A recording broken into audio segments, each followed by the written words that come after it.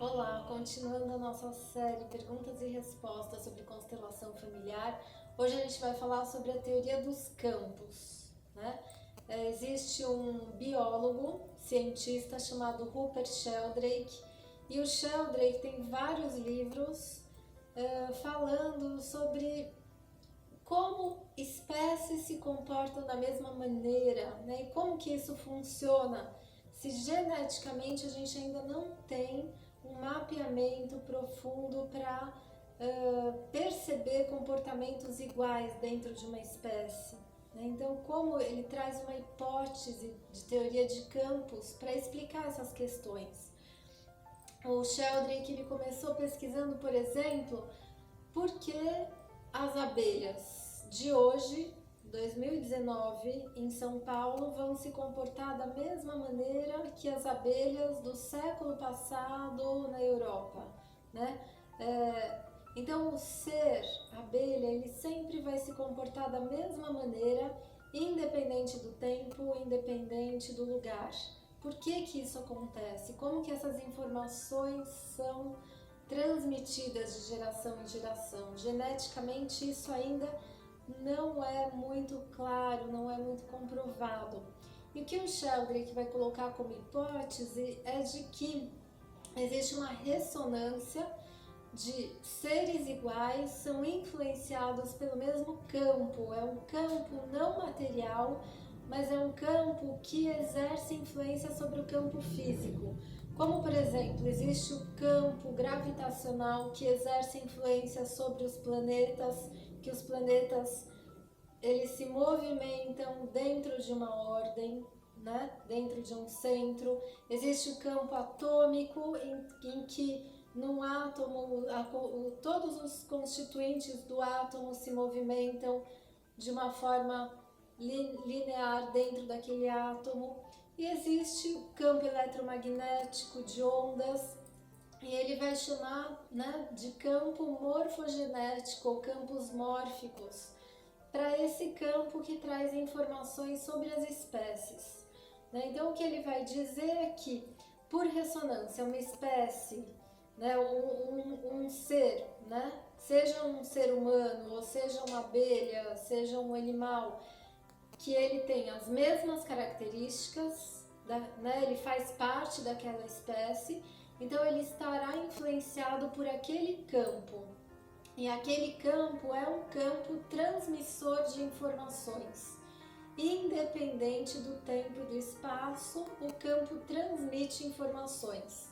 Então, para quem não conhece, é muito legal conhecer a teoria do centésimo macaco, que diz o seguinte: macacos de uma ilha iam comer batatas, as batatas caíam na areia e eles aprenderam, eles desenvolveram um comportamento de lavar a batata na água para poder depois comer.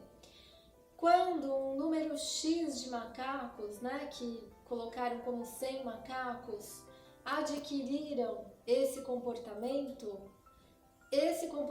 foi impresso nesse campo mórfico, campo morfogenético da espécie macacos, e daí macacos de outras ilhas que não tiveram a menor comunicação com os outros macacos começaram a adquirir o mesmo comportamento.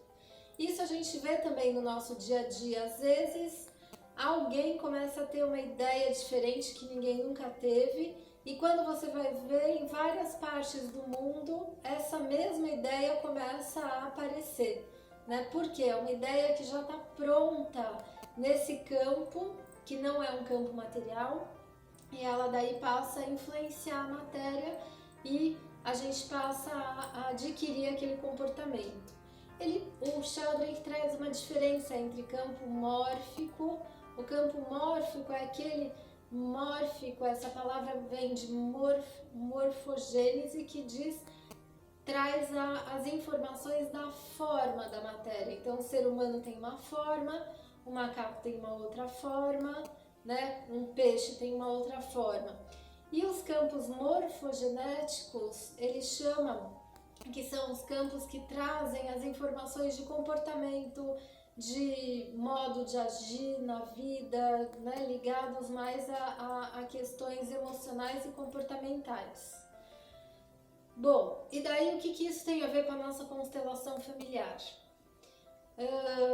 Fazendo um paralelo com a psicologia, tudo, né, dentro da ciência a gente já sabe que tudo tem um campo eletromagnético, um campo de ondas. Assim como aqui a gente vê, passam ondas de rádio, de celular, de televisão, a gente não vê, mas essas ondas estão aí. Em tudo, qualquer objeto que foi feito, uma pessoa, numa casa, numa empresa, num grupo, em tudo existe um campo de ondas, né? Um campo de ondas que nos permeia. Ondas igual a informação. Informação igual a memória. Então, o que tem no nosso campo de memória? Que na psicologia a gente chama de inconsciente, Freud chamava de inconsciente, Jung chamava de inconsciente pessoal. Que memórias a gente tem no nosso campo? Então, a gente tem memórias da nossa vida, do dia a dia, do que a gente vem vivendo. A gente tem memórias da nossa infância, mesmo que a gente não lembre, essas memórias elas podem ser inconscientes, mas elas estão aí. E memórias, com a constelação a gente aprende memórias também dos nossos antepassados, memórias que não são nossas, mas que por ressonância a gente carrega. Segundo Sheldrake, ele chama de ressonância mórfica. O que é isso? A gente é parecido com algum antepassado, a gente tem uma semelhança com algum antepassado, então por ser semelhante, a gente pode carregar uma informação, uma tristeza, uma memória que vem deles. Esse campo de memória é como a ressonância, vou falar um pouquinho de ressonância, que é uma lei da física, é como, por exemplo, a gente tem um violão aqui e tem outro violão aqui. Os dois violões estão afinados da mesma maneira. Se eu toco uma corda nesse violão, vai tocar a mesma corda no outro violão sem que ninguém toque. Por quê? Por ressonância, uma informação é passada para outra quando os dois objetos são iguais. E é isso que também acontece conosco na nossa família.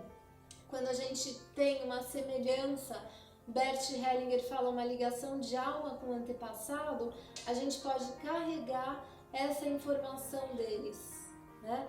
E daí é por isso que na constelação, essas informações a gente vê que é através desse campo, não é verbalmente pai, mãe, avós que falaram, mas através desse campo de informação, essas informações foram passadas. Eu gosto de fazer algumas analogias para a gente entender esse campo. Uma das analogias é pensar no campo como um rio da vida. Cada família tem o seu rio da vida. Então, os nossos antepassados, eles nasceram nesse rio da vida. Então, eles brigaram nesse rio da vida. Então, caiu sangue nesse rio da vida. Eles choraram, caíram lágrimas nesse rio da vida. E daí, uma hora, eles se foram. O rio da vida daquela família continua.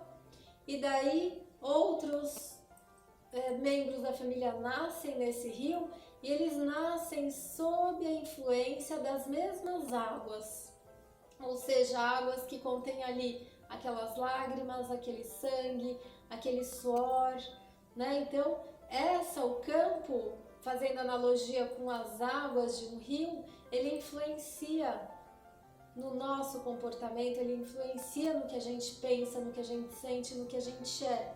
E que vem de algum lugar essas memórias, né? Que são dos nossos antepassados. Pensando numa outra analogia também, a gente pode pensar como uma biblioteca virtual. Todo grupo, não só a família, mas uma empresa, um país, todo grupo tem a sua biblioteca virtual. Na psicologia a gente chama de inconsciente coletivo, mas é uma biblioteca virtual, é como se ali tivesse escrito o livro da vida de todos que passaram por aquele grupo, por aquela família. E como uma biblioteca, esse livro pode ter sido escrito há 200 anos atrás, mas o livro está ali. Se algum antepassado sofreu, não resolveu alguma questão, esses livros da vida ficam abertos e eles vão ser reeditados nas próximas gerações até achar o equilíbrio no sistema, até achar a paz. E a última analogia, né, uma analogia mais atual, a gente pode pensar no campo como um backup na nuvem das informações da nossa família ou de um grupo. Então é isso, pessoal. Numa constelação familiar a gente capta os representantes também por ressonância, por nós sermos iguais, a gente capta essas informações do campo daquela família. Quem quiser, venha conhecer ao vivo aqui como que funciona isso na prática.